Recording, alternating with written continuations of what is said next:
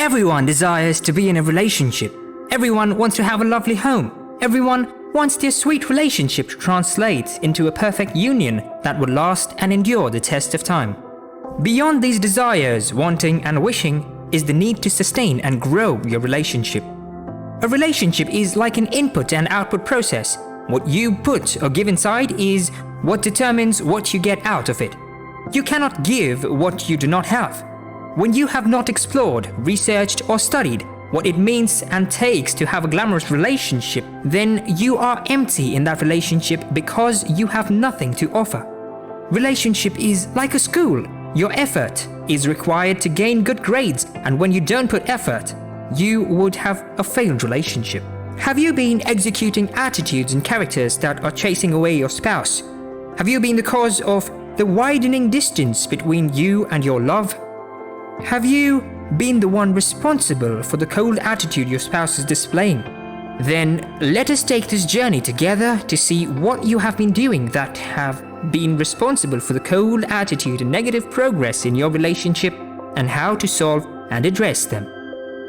It is true that it takes a moment to like someone, but takes time and a process to love someone. Do you know that if the daughters of Jethro had not conducted themselves well, Zipporah would have missed out on the plan of God and could not have been married to Moses?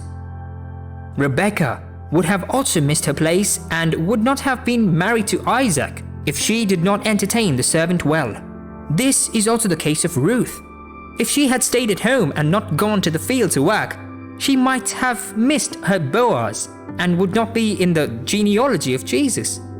It was the conduct of Beersheba that made her the wife of David, who became king over Israel.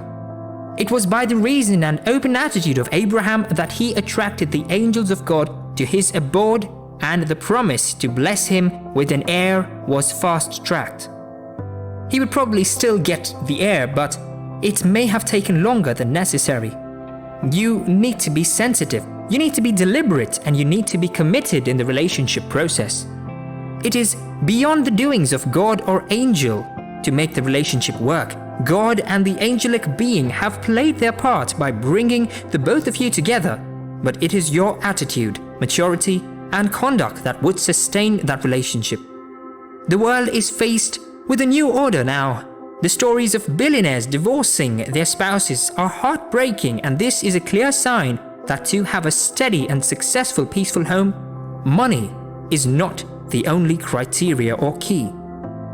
It goes beyond money. These people facing divorce now are wealthy and influential people in the society. There is a need for the right inputs to ensure staying condition is achieved. Some things you are doing that is chasing your spouse away. Number 1, you place other things ahead of the relationship. We want to be successful in our endeavors, business, academics, etc. And as such, we sometimes give it more time, attention, and care than the relationship. This is a clear sign that you do not value your relationship. What you value, you would invest in. Your relationship should be a priority and should not be relegated to the background. Learn to balance everything. Strategically plan all your activities. None should be given more time than the other. They all are important. When you continue to give your work or endeavor time and disregard or do not give attention to your relationship, your partner would interpret it as you being uninterested and would begin to withdraw also. Balance everything so as not to push or chase your spouse away. Number 2, allowing past failure, patterns, and tradition to influence you.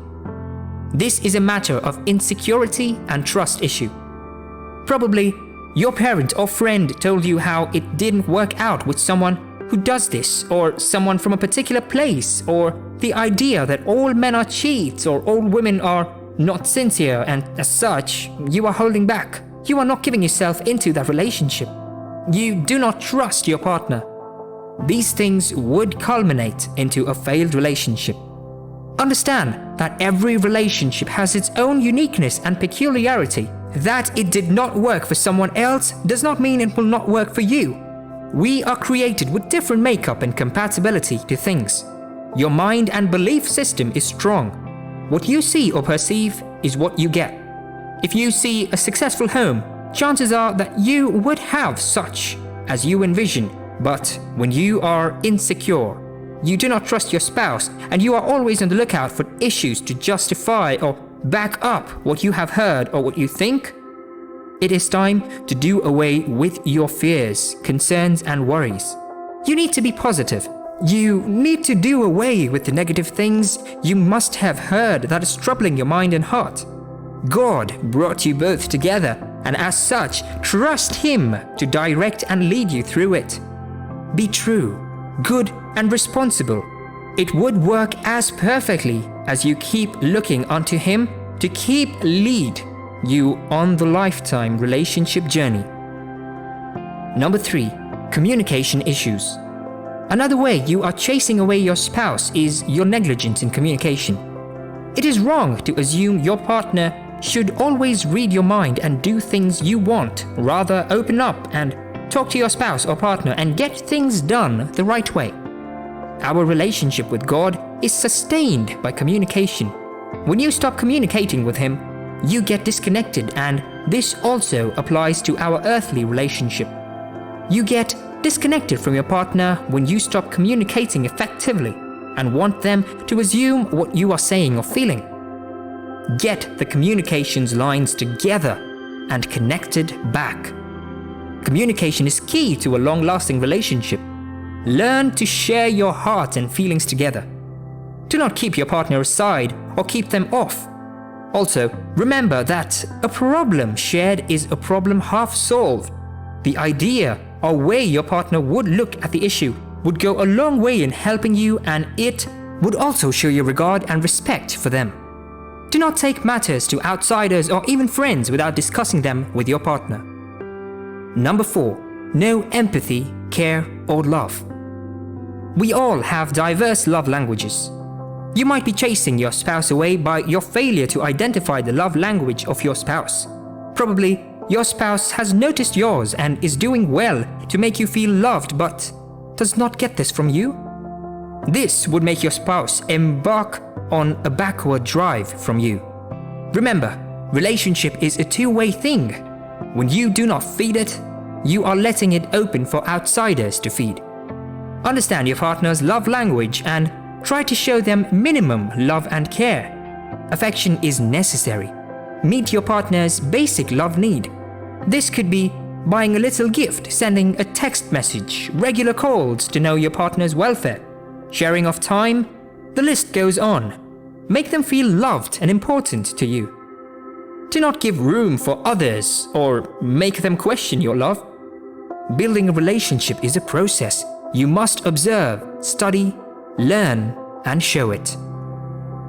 Number 5, you lay unnecessary emphasis on what is not right or true. When you begin to distrust your spouse or partner, reading meaning into what is not real, you have begun building a wall of demarcation between the two. This is a bad attitude that gives room for suspicion. When you are not clear with something to do, kindly ask for clarification at a later time when both of you are together, and not to pile them up. They would affect how you see them, and your suspicion might be very wrong. Speak out, ask questions, and seek clarity. Explain how you feel in a kind manner. Do not allow dirt to becloud your mind and the love you have for your partner. Do not overanalyze messages or other attitudes without proper understanding. Number 6, you do not have tolerable character. We are from two different worlds and backgrounds, and as such, we need to give room for error and tolerance. Do not be so hard and unforgiving. Do not keep faults against your spouse and begin to bring them up each time they fault. Learn to set aside certain things. Nobody is perfect, correct in love. Remember that you cannot keep issues against or with your partner and have a healthy relationship. Overlook certain things. When you continue to bring up issues and count errors against them, they would stop being open to you, and this would distance you from them. We learn, unlearn, and relearn in relationships. Nobody is perfect. It is a joint venture with everybody participating. Do not push your spouse away or practice some of the points highlighted above. A love relationship is a sweet venture, and you get the best from it when you are true, right, and open to your spouse. It would bring out the best in both of you.